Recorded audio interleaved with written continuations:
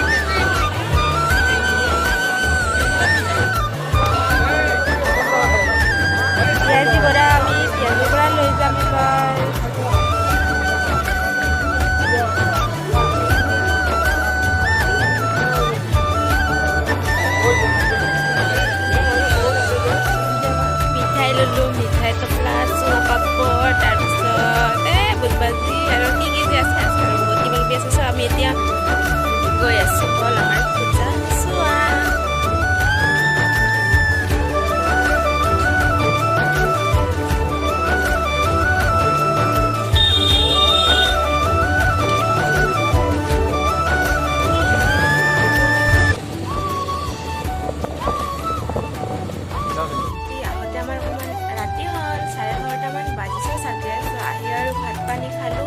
তেনেকৈ আৰু অকণমান বেছি দেৰি হ'ল, তো কালি আৰু ভিডিঅ'টো বনোৱা নহ'ল।